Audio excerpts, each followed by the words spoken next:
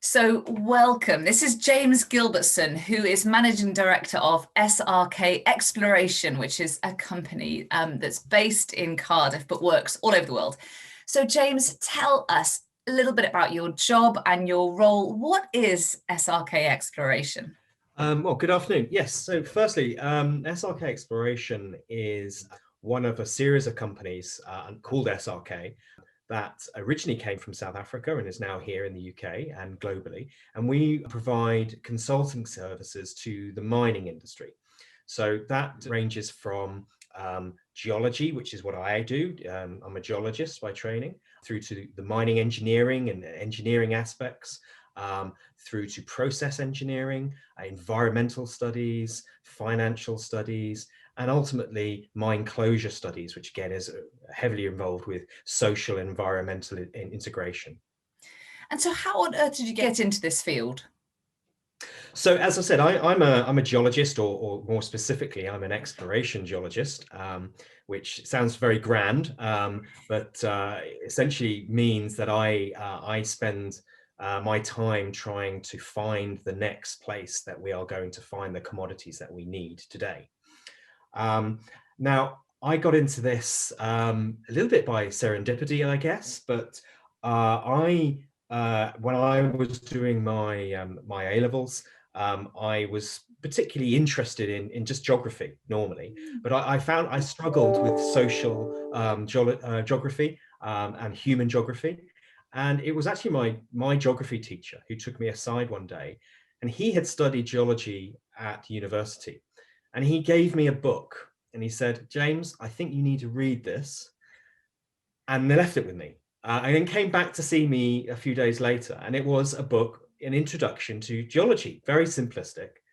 And the second time I met him, he said, well, look, I think you are a natural geologist. This is your field. This is physical geography in essence. And it was right at a time when I was starting to think whether I was going to go to university, and if so, what I was going to read. And I was looking, not only was it difficult to understand which university you should be going to, but then which course you should be looking at. Mm-hmm. I wasn't really thinking ahead as to what career I would have after that. Certainly not. I was just looking for something that was fun and that I was interested in, that I would be good at. And I was looking at chemistry. I read chemistry at A-level, and I found that very interesting. I was quite good at chemistry, so I was looking at chemical engineering. So I actually went and I managed to land a day's shadowing at Fowley oil refinery in Southampton, and I came back from that saying, I don't want to do this. It was interesting, but I've always had a lust to work outside, and that didn't really fit into it. But then, as I said, my geography teacher gave me this book that one day, and the rest is history, really. So I started looking at geology courses at university. I went to Durham University, and I read just straight geology there. All the way through university, again, I didn't once look really at my career options. I should have. I definitely should have, but I sort of waltzed into it. I really enjoyed the course. I really enjoyed university. And it wasn't until the latter sections of my second year, I guess, when I started thinking about, well, where am I going to go with this? I actually want to use my degree. I don't want to just go into management consulting or something like that. I wanted to use the actual degree I was sitting there to learn on.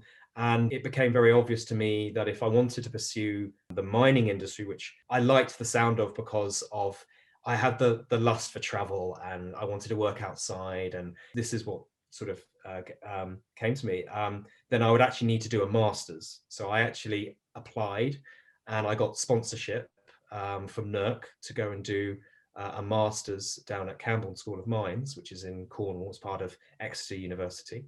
And once I graduated from that, I moved into the mining industry as a career. No, I moved, first of all, I found it very difficult to find a job in the mining industry. It was in a pretty bad shape at that time. My industry is a cyclical industry, so there's times when it's very high and there's a lot of activity, and then there's lows. And I was coming out of the low. But I landed a job as an engineering geologist with a group in Kent called Landcalma. And they did ground engineering for building sites and railways and things like this. And I did that for a sum of 4 months before I was approached by a group that I did my master's with, a company that had operations in Central and West Africa. And they were now looking to grow their team. They knew me from my master's, and they were interested to see if I was interested in relocating from the UK at that point. I jumped at the chance, and the next thing I know, I'm working for a Canadian company in the Central African Republic, in the bush, and I spent the next 3 years living out there. It wasn't until after that that I actually moved back to the UK and started working with SRK. That's fascinating. So what's interesting is actually it was on that MA that those links were formed, and that actually after the kind of 4 months of something else that actually opened up opportunities. Yes, so as part of my MSc, I had to do an MSc project at the end of that. And my lecturers had lots of industry connections, and they tried to link you up with people. And I had a particular interest to work in exploration, in the discovery aspects of geology. I found it really interesting as a problem-solving kind of section. And one of my lecturers had a connection to the person who ended up being my boss, and asked whether they were looking for someone to do a side project as part of their work. And thankfully they were, and they got me involved on a 6-week project for them. Actually, it was an 8-week project with 6 weeks in the field in Burkina Faso. That was helping them develop their new projects out there. And that's where I developed that link to that company called Axeman, and they weren't able to employ me. Simple. So I went down the engineering geology path, but I had developed that link with them, and they knew that once they wanted to grow their team, that they knew who I was, they knew my skills, and they liked me, and they came knocking. That's fantastic. And so then tell me a little bit about the mining so that you do now. What kind of things do you mine for? Is it metals or is it ore? What kind of things are you kind of doing in your exploration? So the commodities industry, I suppose, could be separated into mining, into oil and gas, hydrocarbons. We don't really deal with hydrocarbons. We deal with metals predominantly, but also things such as called industrial minerals. So those are things like gypsum, potash, aggregates, granite, clays, all these sorts of things, everything that's needed. And the adage is, if you can't grow it, you have to mine it. You can say also that you can recycle it, but the world's commodities cannot be catered by pure recycling. I'll give you an example. There's a current boom in copper. The prediction is in the next 25 years, we will need to generate somehow more copper for the world than has ever been mined in the history of the earth. God. So that can't be catered by recycling. So while mining does have a bit of connotation, it does have a bit of a dirty name historically. I mean, we look at South Wales, for example, it has a very poor history safety-wise for the coal mining industry and stuff. We've come on so much further now. And a lot of my time is spent with a lot of metals and minerals that are associated with technology, battery metals, cobalts, lithiums, tin, things like this. These things are the lifeblood to the new green economy that we're emerging into. And I think there's a poor realization in society that they pigeonhole mining as being quite a dirty industry, and we are the culprits to a lot of carbon output and detriment to the world, when the reality isn't that. And we're doing quite a lot of work in trying to educate that, because we are noticing in the university output in recent years has been, particularly from Europe and in the UK as part of that has been reducing for the geoscience industry because of this poor connotation. So there's a lot of work that we need to do with that. That is really interesting. And I absolutely agree. I think particularly when we're looking at kind of renewable energies and actually the need, for example, for storage of energy, particularly if you look at, for example, we're trying to move to more electric cars, etc. My very limited understanding is that you're not going to need a huge number of kind of different materials in the production of a cell even. And I think that's what's really interesting. I think there's something like 60 different elements in your iPhone, for example, and they all come from somewhere. Some of them are recycled, admittedly, but there's a huge demand for these fairly specialist metals now. But equally, you want to increase the world's dependence on electricity, that electricity has to be channeled through copper wires. So hence the requirement of copper.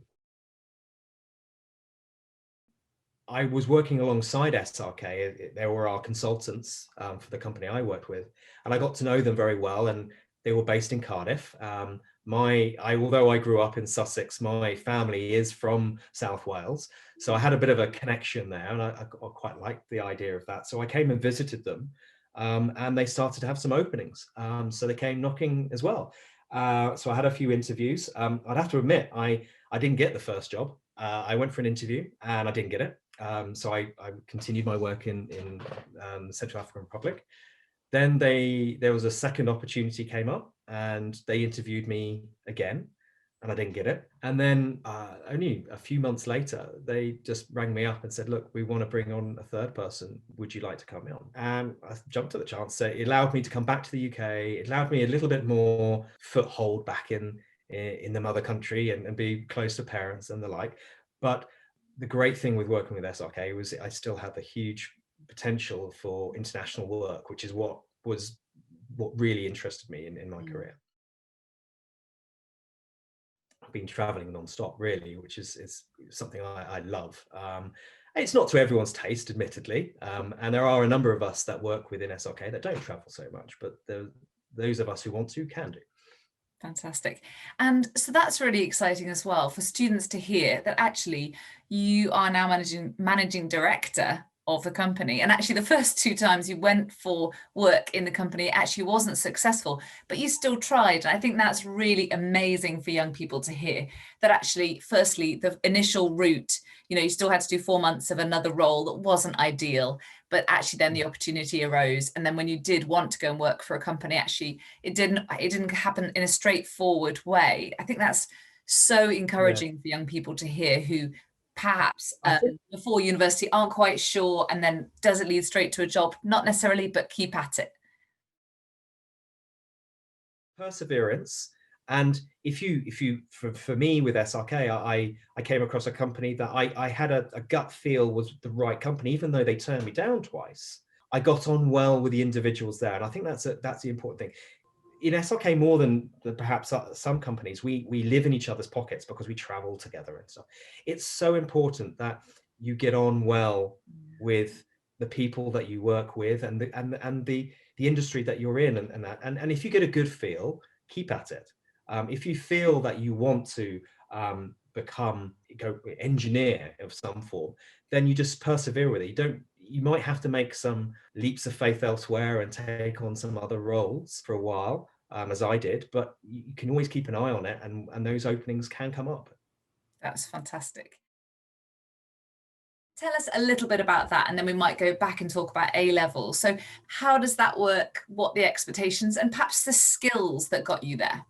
Well, that's an interesting one. So yeah, managing director is quite a stressful job.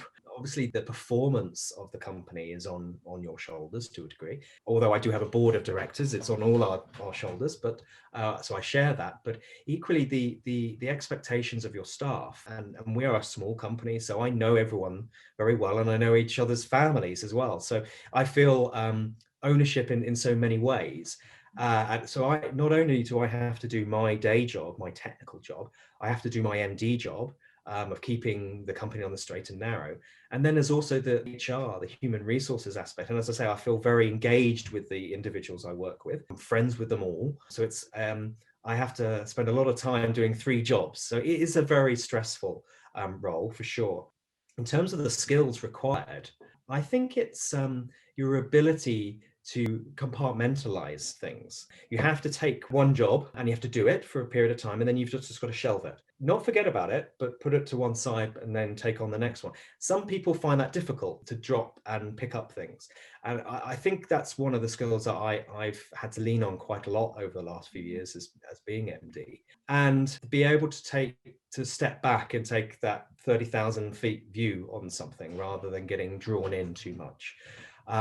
Very difficult, and there's always criticism, of course, and you have to you have to take that, you have to take constructive criticism that things can be done better. No one's perfect. Yes. And collaboration, bring in other people to help you. Don't be adverse to ask for help. Working in a team is the best way to be, in my opinion. Bring those in, work together. But some things do require someone to be the head honcho and to make those decisions, and that's falls to me at the moment. Yeah, that's really interesting. And I think that idea that compartmentalization, really interesting, that kind of lateral thinking, that actually thinking quickly and on your feet is something that I always suggest to my students. That's something to really develop, kind of work at this now and then move on to this. And then I think also that kind of collaborative working in a team, again, is really important. Showing willing as well, but also when you are at the top, like an MD, I think that's absolutely right, and really interesting to hear as well, that actually to a certain extent, all of that is true, but sometimes it is you having to make those decisions, easy or not. Well, so the A levels I took were chemistry, biology, geography, and I did an AS in maths. When I selected them, I suppose I was very clear to myself that I was a scientist. I was a problem solver, and that's the way I wanted to go. And interesting, I've got two nieces that are at that exact age, one who has picked and one who's picking the A levels, and I've had the same conversations with them and say, well, what are you good at, and what do you enjoy?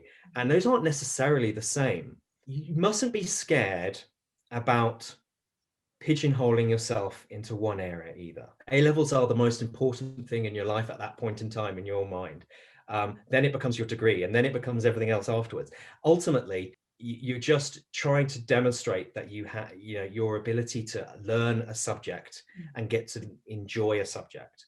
If that subject is psychology rather than chemistry, it doesn't matter so much. It does help, I think those of us who have a set understanding of what they want to do, they want to become a medic or they want to become an engineer or whatever, they're very lucky. But that's such a small percentage of people, really. Yeah, fantastic. And I think that's absolutely right. I think a big thing is choosing A levels that will challenge you. I absolutely agree. And sometimes that's a really careful balancing act between the things you're good at and the things you've really enjoyed. And often we also, when we're going into our feeder schools, say, GCSEs are very different to A levels. A levels open up a very new and big scope. These are big topics, which are very different to the kind of limits sometimes that GCSE offers. But I think that's really thought-provoking as well, about the kind of arts and sciences and going with what your instinct is. But as you said, a lot of students don't know what they might go into it. And I think that's also okay. You're in the private sector. Presumably it's all about making money, right? Not at all. I think there's a misunderstanding here. If you work in the public sector, if you're a nurse or a doctor, of course you're providing a service, and that feels wonderful, and you feel you've got a purpose. I still feel the same about that in the private sector. We still provide a service that the world needs, but it's not all about making money. It's about making sufficient money, of course, to pay people's wages and pay the team and my staff what they deserve. But it's not all about making huge quantums of money and shareholder value and all this sort of thing. I feel very passionate about just providing the service that we do it in a good way, and pay people appropriately. That's fantastic. And I also think that's really useful for the students to hear as well, because there is that kind of sense that either you should go into a kind of charitable sector or the kind of public sector, and then the private sector has got this kind of money drive, which I think again is really. I think there's a view that everything in the private sector is capitalist. It's all about making big money and big cash. It's so not the case. There's a lot of value and a lot of requirement and a lot of good work that's done out here in the private sector as well. Absolutely, no question. And that's great to hear. Well, I think one thing is, and I alluded to a little bit earlier, was that mining industry is in some ways it's quite archaic, it's quite old school, and it really needs to develop into something new. And there's a lot of growth areas. There's a lot of innovation that's taking place in our sector right now, and I want to be part of that. I want to think about, well, when I leave my career, when I retire, when I leave the mining industries, what kind of industry do I want to leave it in? And if so, how do I help the industry towards that? There's certain aspects of the mining industry that I think aren't done particularly efficiently or effectively. And I think there's things that we need to change our focus on. And I have sort of committed myself now to saying, well, I'm going to do my very best in the way I work to ensure that that is front and center of what I do, so that hopefully when I do ultimately leave the industry, it's in a better place. And I think that is really what's driving me at the moment. It's the innovation and the growth in some of these areas, and and how I can get involved in that. I recently interviewed, I think it was 9 recent graduates for 3 roles in our company. And when I interviewed them, I must say I was buzzing at the end of the interviews, because it was so just wonderful to speak to young recent graduates who wanted to get in and get on with things. So often you get drawn into your humdrum of your daily job, and you don't take a step back and look at the bigger picture. And seeing some of these bright young things coming out of university, and this is what they want to do, and the energy that they have was just inspiring. It was wonderful, and it kind of also reiterated to me what I want to do in my sector. And I think that's what really encourages me at the moment. That is amazing. It sounds like you have such a kind of moral purpose in your role, which I think, again, particularly working in the private sector, is just amazing for students to hear, that actually you're managing director of a company, but actually that is what drives you. And I think that's just such an inspiration. So James, thank you so much for your time. I imagine you must be exceptionally busy. So thank you so much for chatting to me. No, thank you very much.